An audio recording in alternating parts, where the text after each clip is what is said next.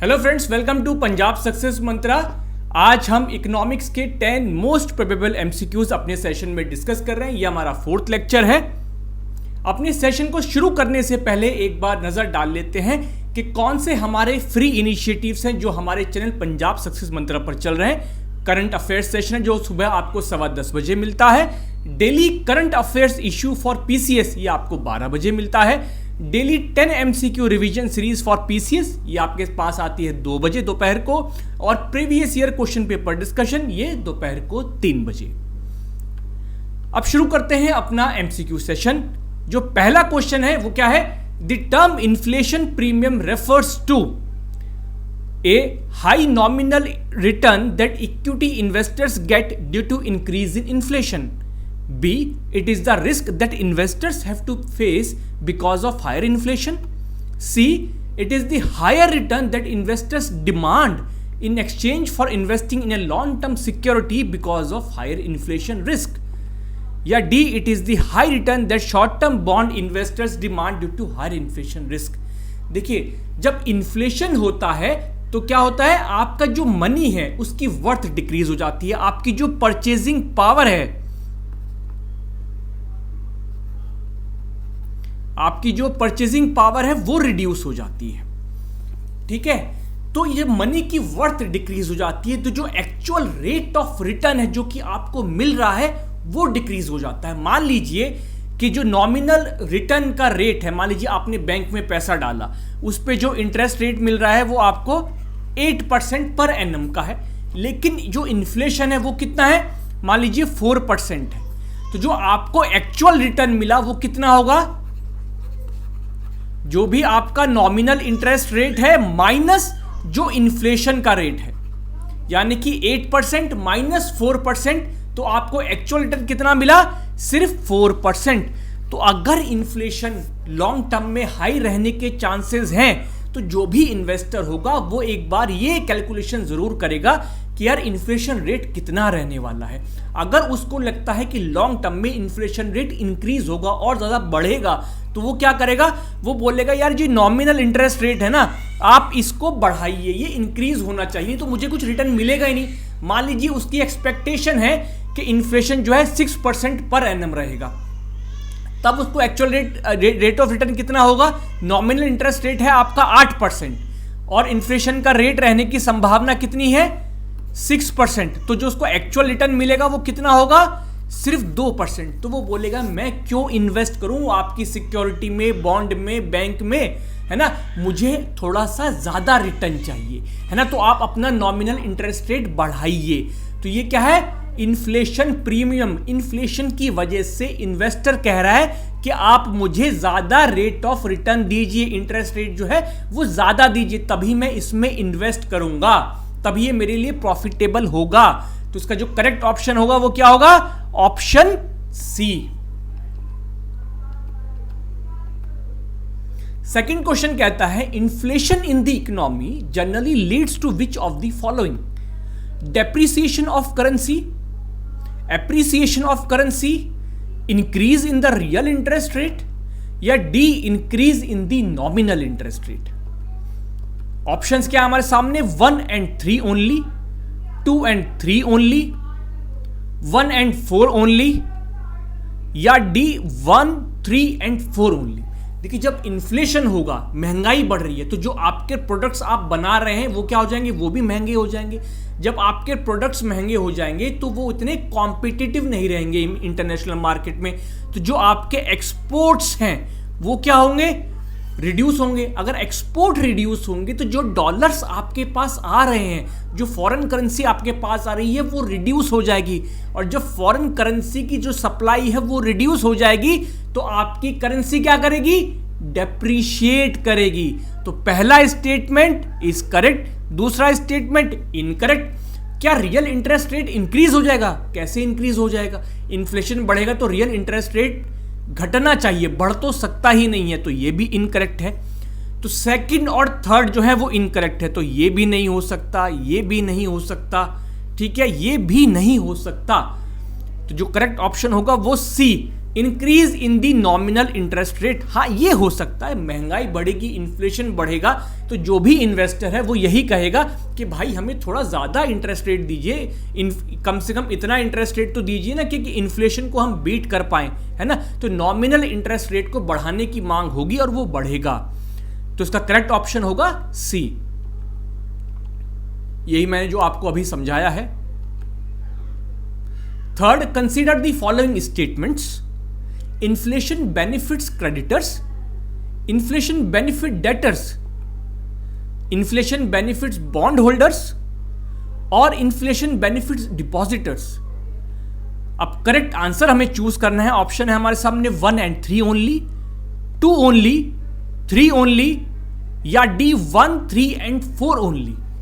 Creditors का मतलब क्या है? जिन्होंने लोन दिया है, जिन्होंने पैसा दिया है ना। तो हमने अभी फर्स्ट क्वेश्चन में देखा था कि जो एक्चुअल रिटर्न मिलेगा, जो क्रेडिटर है उसको एक्चुअल रिटर्न क्या हो जाएगा? उसको तो डिक्रीज हो जाएगा। मान लीजिए आप बैंक के पास जाते हैं, उन्होंने आपको होम लोन दिया है 6% पर एनम पर, ठीक है। आपने उनसे 100 रुपीज का लोन लिया है 6% पर एनम पे, यानी कि आप बैंक को, जो क्योंकि क्रेडिटर है, उसको आपको 6 रुपए देने हैं। लेकिन इन्फ्लेशन का रेट मान लीजिए 4% है, तो एक्चुअली में जो रिटर्न बैंक को मिल रहा है वो कितना होगा? 6% माइनस 4%, यानी कि सिर्फ 2% ही जो क्रेडिटर है उसको रिटर्न मिल रहा है ना। तो उसको एक्चुअली में 6 रुपए नहीं, सिर्फ 2 रुपए वर्थ मिल रही है। भले से आप बैंक को 6 रुपए दे रहे हैं, लेकिन जो उसकी आज एक्चुअल वैल्यू है पैसे की, वो सिर्फ 2 रुपए की रह गई, क्योंकि 4% तो इन्फ्लेशन का रेट है। तो क्रेडिटर्स हमेशा लूज करते हैं, they never benefit because of inflation. तो this statement is incorrect. Inflation benefits debtors, yes, inflation benefits debtors. जैसे आप हैं, आपने कर्जा लिया था, है ना, 100 रुपए का, आपको 6% पर एनम के हिसाब से इंटरेस्ट रेट देना था, यानी कि आपको 6 रुपए वर्थ देनी थी। लेकिन आप एक्चुअल वर्थ कितना दे रहे हो? सिर्फ 2 रुपए की, है ना। सिर्फ 2% ही आप एक्चुअली में जो है इंटरेस्ट रेट बैंक को पे कर रहे हैं, क्योंकि 4% क्या है? वो तो इन्फ्लेशन का ही रेट है। तो बैंक को आपको देने थे 6 रुपीज वर्थ, है ना, वैल्यू देनी थी 6 रुपए की, लेकिन आप कितनी दे रहे हो एक्चुअली में? सिर्फ 2 रुपए की, क्योंकि 4% इन्फ्लेशन का रेट है। तो यस, डेटर्स जो हैं वो बेनिफिट करते हैं। इन्फ्लेशन बेनिफिट्स बॉन्ड होल्डर्स, बिल्कुल भी नहीं। जब इन्फ्लेशन इंक्रीज होता है तो बैंक्स का जो है इंटरेस्ट रेट बढ़ता है, तो जो बॉन्ड्स पे रिटर्न आ रहा होता है वो डिक्रीज हो जाता है। तो बॉन्ड होल्डर्स भी कभी बेनिफिट नहीं करते हैं। इन्फ्लेशन बेनिफिट्स डिपॉजिटर्स, ना, बिल्कुल भी नहीं। मान लीजिए आपका सेविंग डिपॉजिट है बैंक में, है ना, आपको बैंक 4% या 5% मान लीजिए सेविंग पर दे रहा है, तो आपकी जो सेविंग की वैल्यू है भाई वो भी तो घट जाएगी, क्योंकि इन्फ्लेशन का रेट है। मान लीजिए आपको सेविंग पे 5% जो है रिटर्न मिल रहा था, लेकिन इन्फ्लेशन 4% है, तो आपका एक्चुअल रेट ऑफ रिटर्न कितना हुआ? सिर्फ 1% का। तो जो डिपॉजिटर है बेचारा वो भी लूज ही करता है अगर इन्फ्लेशन ज्यादा होता है। तो यहां पर सिर्फ थर्ड स्टेटमेंट करेक्ट है, तो इसका ऑप्शन होगा बी, 2 ओनली, सॉरी 3 ओनली नहीं, 2 ओनली। सिर्फ डेटर्स को फायदा होता है। फोर्थ स्टेटमेंट, फोर्थ क्वेश्चन में क्या स्टेटमेंट्स है? Headline inflation measures price inflation arising due to all types of commodities in the economy. Second, core inflation measures the headline inflation excluding all volatile components, that is food and fuel items. Options क्या है हमारे सामने? 1 only, 2 only, both 1 and 2, या D neither 1 nor 2. Headline inflation, headline inflation का मतलब है जिस inflation के इंडेक्स को सरकार जो है अपनी पॉलिसी मेकिंग के लिए यूज करती है, जैसे WPI, CPI, क्या है? Headline inflation which measure inflation across the commodities. Core inflation का मतलब क्या है? जब आप उस हेडलाइन इन्फ्लेशन में जो वॉलेटाइल आइटम्स है जिनके प्राइस घटते बढ़ते रहते हैं टाइम के साथ साथ, उनको अगर आप एक्सक्लूड कर दें तो जो बचेगा वो कोर इन्फ्लेशन है। वॉलेटाइल आइटम्स कौन से होते हैं? फूड आइटम्स और फ्यूल आइटम। जैसे बारिश कम हो गई, ज्यादा हो गई, उसके हिसाब से फूड आइटम्स की जो प्राइसेस हैं वो बहुत ज्यादा वेरी करते रहते हैं। इसी तरह फ्यूल का है, कभी इंपोर्ट्स महंगे हो जाते हैं, रशिया यूक्रेन का क्राइसिस चल रहा है क्रूड ऑयल महंगा हो गया, कभी सस्ता हो जाता है। तो फूड और फ्यूल क्या है, बहुत वॉलेटाइल आइटम्स है जिनके प्राइसेस बहुत ज़्यादा वेरी करते हैं, है ना। तो अगर इन आइटम्स को आप हटा दें तो उसके बाद जो इन्फ्लेशन बचेगा दैट इज कोर इन्फ्लेशन। तो यहां पर दोनों स्टेटमेंट्स हमारी करेक्ट हैं। तो इसका जो आंसर होगा वो होगा बोथ 1 and 2 यानी कि C. Fifth question, if a country is experiencing inflation then what will decrease, क्या कम होगा अगर इन्फ्लेशन हो रहा है तो? Wage level, output of goods and services, amount of money needed to purchase a given quantity of goods and services, या फोर्थ परचेजिंग पावर। जब इन्फ्लेशन होगा, है ना, महंगाई बढ़ेगी तो जो मजदूर है, लेबर है, वो क्या बोलेगी कि वेजेस बढ़ाइए हमारी, हम अपना पेट भी नहीं भर पा रहे हैं, महंगाई बढ़ती जा रही है, हमारी वेजेस बढ़ाइए। तो वेज लेवल डिक्रीज नहीं हो सकता, वो तो इंक्रीज होगा।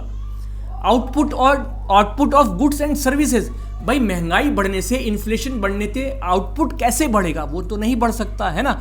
तो this statement is also incorrect. Amount of money needed to purchase a given quantity, भाई अगर महंगाई बढ़ रही है, चीजें महंगी हो रही हैं, तो अब आपको एक जो given quantity of goods and services था, मान लीजिए आप 1 किलो चीनी, 1 लीटर दूध और कुछ ऐसा राशन खरीदते हैं, तो अब आपको ज्यादा पैसे खर्च करने पड़ेंगे उतनी ही क्वांटिटी सामान के लेने के लिए, क्योंकि अब महंगाई इंक्रीज हो गई, तो डिक्रीज नहीं हो सकता वो। परचेजिंग पावर आपकी जरूर रिड्यूस होती है, जैसे हम डिस्कस कर रहे हैं अभी।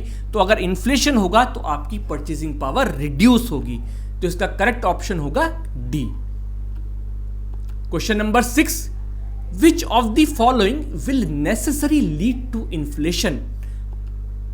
ए, increase in aggregate demand, B, increase in effective demand, C, decrease in aggregate output, increase in government spending. अगर एग्रीगेट डिमांड इंक्रीज हो रही है तो ऐसा जरूरी नहीं है कि आपकी इन्फ्लेशन भी इंक्रीज हो, क्योंकि एग्रीगेट डिमांड में ये जरूरी नहीं है कि it is backed by purchasing power. मान लीजिए लोगों में डिमांड तो है कि सस्ते घर मिलने चाहिए, लेकिन जिन लोगों को सस्ते घर चाहिए, मान लीजिए उनके पास इतने पैसे ही नहीं है कि वो उन घर को खरीद पाए, तो उस एग्रीगेट डिमांड का इंक्रीज होने से इन्फ्लेशन नहीं बढ़ सकता। तो इंक्रीज इन एग्रीगेट डिमांड से आप ये नहीं कह सकते कि इन्फ्लेशन बढ़ेगा ही बढ़ेगा। Increase in effective demand, effective demand का मतलब क्या होता है? Demand which is backed by purchasing power. लोग डिमांड भी कर रहे हैं और उनके पास इतना पैसा भी है कि वो उस चीज को खरीद सकते हैं। तो ऐसे केस में जो है इन्फ्लेशन इंक्रीज होता है ना, जब इफेक्टिव डिमांड इंक्रीज होती है। अगर एग्रीगेट आउटपुट आपका डिक्रीज होगा तो क्या इन्फ्लेशन होगा? नहीं, इन्फ्लेशन नहीं होगा। जब एग्रीगेट आउटपुट आपका कम हो जाएगा, यानी कि आपका जो जीडीपी है वो कम होगा। जीडीपी कम होगा तो जो इनकम है वो कम होगी, इनकम कम होगी तो लोगों की डिमांड कम होगी, डिमांड कम होगी तो इन्फ्लेशन बढ़ेगा नहीं बल्कि घटेगा। तो इससे भी आप नहीं कह सकते हैं कि जो है इन्फ्लेशन इंक्रीज होगा।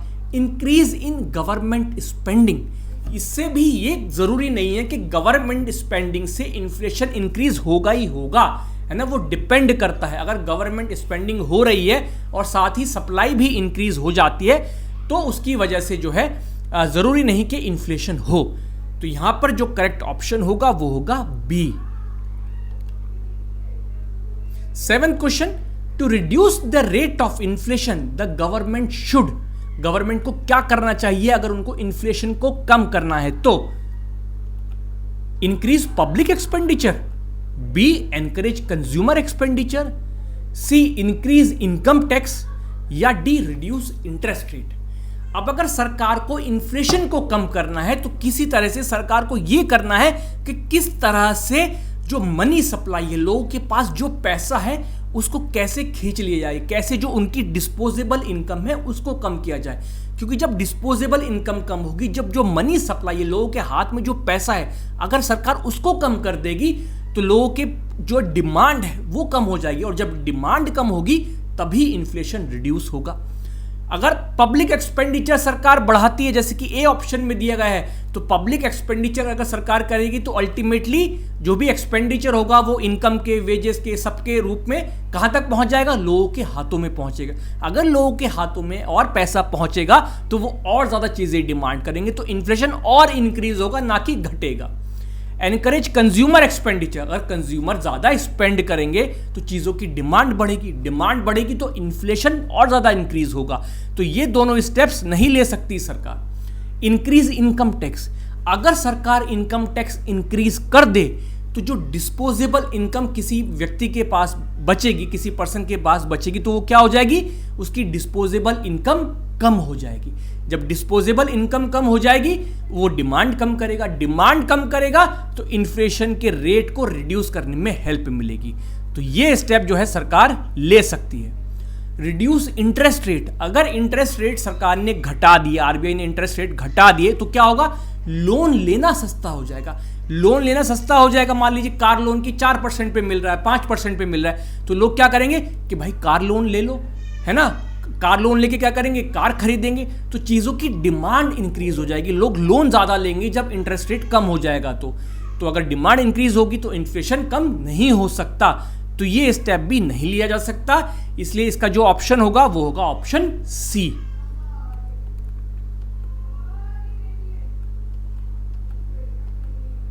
Question number 8, stagflation occurs in which of the following situation?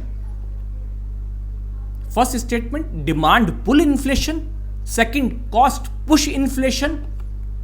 Select the correct answer code, 1 only, 2 only, both 1 and 2, या डी नाइदर 1 nor 2।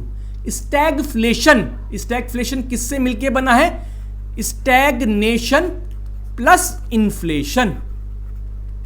स्टैग्नेशन का मतलब क्या है कि जो इकोनॉमी की ग्रोथ रेट है वो बहुत कम है, वो स्टैग्नेटेड है, इकोनॉमी आपकी ग्रो नहीं कर रही है।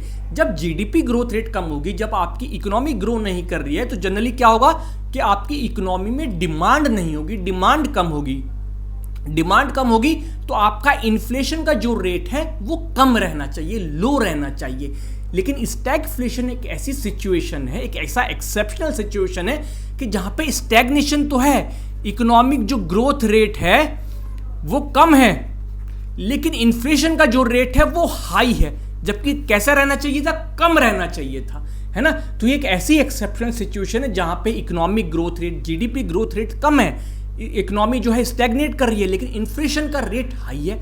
तो ऐसा क्यों होता है, इकोनॉमी में डिमांड नहीं है, तो डिमांड पुल इन्फ्लेशन तो नहीं हो सकता। ये किसकी वजह से होता है, कॉस्ट पुश इन्फ्लेशन। मान लीजिए कि कोई रॉ मटेरियल है, रॉ मटेरियल अचानक से कुछ महंगा हो जाए, है ना, जैसे मान लीजिए पेट्रोलियम प्रोडक्ट्स हैं, बहुत सारी चीज़ों में, प्लास्टिक बनाने में और बहुत सारे केमिकल्स बनाने में जो है पेट्रोलियम प्रोडक्ट्स का यूज़ होता है। अब रशिया यूक्रेन क्राइसिस की वजह से क्या हुआ कि क्रूड ऑयल के दाम बढ़ गए, क्रूड ऑयल के दाम बढ़ गए तो क्या हुआ, इन पेट्रोलियम प्रोडक्ट्स के दाम बढ़ गए, तो आपकी इकोनॉमी में क्या हुआ, इन्फ्लेशन आ गया। भले से आपका इकोनॉमिक ग्रोथ रेट उतना ही रहा हो या वो रिड्यूस हो रहा हो, इकोनॉमी आपकी स्टैग्नेटेड हो, तो ये किसकी वजह से होता है, कॉस्ट पुश इन्फ्लेशन। जब आपके जो इंटरमीडिएट प्रोडक्ट्स हैं, रॉ मटेरियल्स हैं, जब उनकी कॉस्ट इंक्रीज हो जाती है और उसकी वजह से ओवरऑल कॉस्ट बढ़ती है, तो उसको हम कहते हैं कॉस्ट पुश इन्फ्लेशन, और यही मेजर रीजन है स्टैगफ्लेशन का। तो इसका करेक्ट ऑप्शन होगा 2 only. Stagflation equals to stagnation plus inflation. Generally when economy stagnates then inflation also comes down due to lower demand in the economy, but stagflation is an exceptional situation where the economy slows down but inflation is high, and this may be because of the supply side factors like steep rise in the prices of some inputs required in the production process, like in case of 1973 crisis, है ना। उस वक्त क्या होता, gulf countries में जो crude oil का production था वो काफ़ी कम हो गया था, उसकी वजह से वो काफ़ी महंगा हो गया था क्रूड ऑयल, और उसकी वजह से हमारे यहाँ कॉस्ट पुश इन्फ्लेशन हुआ। उस वक्त इंडिया में स्टैगफ्लेशन वाली सिचुएशन हमें देखने को मिली थी। 9th question, consider the following statements. Disinflation is declining rate of inflation but the rate of inflation remains positive. Deflation is general decrease in the price level and the inflation rate is negative. Options क्या हैं, 1 only, 2 only, C both 1 and 2, या D neither 1 nor 2. Disinflation का मतलब क्या होता है, disinflation is when the inflation rate is positive. Inflation है, महंगाई है, लेकिन जो inflation का increase होने का रेट है वो डिक्रीज हो रहा है। एग्जाम्पल देता हूं, जैसे मान लीजिए आप 2015, 16 और 17 में अनियन के प्राइसेस देखें, है ना। एक एग्जांपल लेते हैं कि अनियन के जो प्राइसेस हैं 2015 में वो ₹10 पर केजी है, 2016 में वो बढ़ के ₹11 पर केजी हो जाता है, 2017 में ₹12 पर केजी हो जाता है। तो अगर आप 2015 से 2016 में देखें तो इन्फ्लेशन का कितना रेट रहा?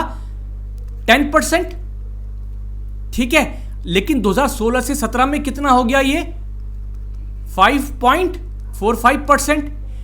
अभी भी इन्फ्लेशन है, महंगाई हो रही है, अनियन महंगी हो रही है, लेकिन जो उसकी महंगे होने की दर है, जो महंगे होने का रेट है, वो डिक्रीज हो गया है। 2015-16 से 10% के हिसाब से बढ़ी, 16 से 17 में सिर्फ 5.45% के हिसाब से बढ़ती है। तो इस सिचुएशन को कहते हैं डिसइन्फ्लेशन, यानी कि इन्फ्लेशन है, इन्फ्लेशन रिमेन्स पॉजिटिव, महंगाई हो रही है, बट जो महंगे होने का रेट है वो डिक्रीज हो रहा है। इसको कहते हैं डिसइन्फ्लेशन। डिफ्लेशन क्या है? मान लीजिए तो 2015 में 10 रुपीज पर केजी प्राइस था, 2016 में 9 रुपीज पर केजी हो जाए और 2017 में ₹8 पर केजी हो जाए, तो ये क्या हुआ कि अब इन्फ्लेशन क्या हो गया है? महंगाई नहीं हो रही है, चीजें सस्ती हो रही हैं, इन्फ्लेशन आपका नेगेटिव जोन में पहुंच गया है। तो उस कंडीशन को कहते हैं आप डिफ्लेशन, कि डिक्रीज हो रहा है प्राइस लेवल और इन्फ्लेशन रेट क्या है? नेगेटिव है, बढ़ नहीं रही है, घट रही है महंगाई, तो उसको कहते हैं आप डिफ्लेशन। तो दोनों ही स्टेटमेंट्स करेक्ट हैं, इसलिए आंसर होगा इसका option C. Question number 10, the term reflation of economy is related to which of the following? Fiscal stimulus to expand the output, it tries to curb the effect of deflation, monetary stimulus by reducing the interest rate. Options क्या है हमारे सामने? 1 only, 3 only, 1 and 3 only, या D all of the above. Reflation का मतलब क्या है कि जब सरकार फिस्कल पॉलिसी या मॉनेटरी पॉलिसी के थ्रू इकोनॉमी को डिफ्लेशन से निकालना चाहती है, यानी कि जो इन्फ्लेशन है वो नेगेटिव जोन में पहुंच चुका है। इसका मतलब क्या? इकोनॉमी में बिल्कुल डिमांड नहीं है, तो सरकार दोबारा से डिमांड जनरेट करना चाहती है, इन्फ्लेशन को पॉजिटिव जोन में लेकर के आना चाहती है। तो सरकार जब मॉनेटरी पॉलिसी या अपनी फिस्कल पॉलिसी यानी कि सरकार किस तरह से एक्सपेंडिचर करती है ना, या सरकार किस तरह से टैक्सेशन जो है यूज करती है, उसको कहते हैं फिस्कल पॉलिसी। मॉनेटरी पॉलिसी जब मनी सप्लाई को एडजस्ट किया जाता है, तो फिस्कल पॉलिसी या मॉनेटरी पॉलिसी के थ्रू जब सरकार इकोनॉमी को डिफ्लेशन से निकालकर फिर दोबारा से इन्फ्लेशन को एक पॉजिटिव जोन में लाना चाहती है, तो उसको कहते हैं रिफ्लेशन। तो उससे सरकार क्या करना चाहती है? Fiscal stimulus to expand the output. Yes, सरकार का मोटिव ये होता है कि फिस्कल स्टिमुलस दिया जाए, या तो सरकार अपनी स्पेंडिंग बढ़ाएगी या कॉर्पोरेट टैक्स या इनकम टैक्स कम कर देगी, सो दैट इकोनॉमी में डिमांड जनरेट हो, जो आउटपुट है वो एक्सपेंड हो सके। बिल्कुल सही बात है। It tries to curb the effect of deflation. Yes, monetary stimulus by reducing the interest rate, ये भी बिल्कुल ठीक है, क्योंकि इंटरेस्ट रेट कम होंगे तो लोन सस्ता होगा, लोन सस्ता होगा तो लोग लोन लेंगे तो डिमांड इंक्रीज होगी, उसकी वजह से फिर दोबारा से क्या होगा? आपकी इकोनॉमी ग्रो करेगी, फिर दोबारा इन्फ्लेशन जो है पॉजिटिव जोन में आ पाएगा। तो इसका जो करेक्ट ऑप्शन होगा वो है D, all of the above.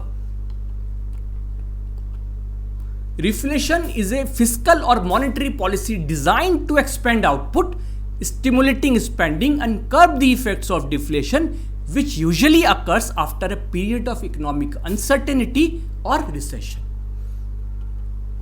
Thank you so much friends, ये थे हमारे आज के 10 मोस्ट प्रोबेबल MCQs जो कि इन्फ्लेशन चैप्टर से रिलेटेड थे। नेक्स्ट लेक्चर में फिर से 10 मोस्ट प्रोबेबल MCQ के साथ आएंगे। Thank you.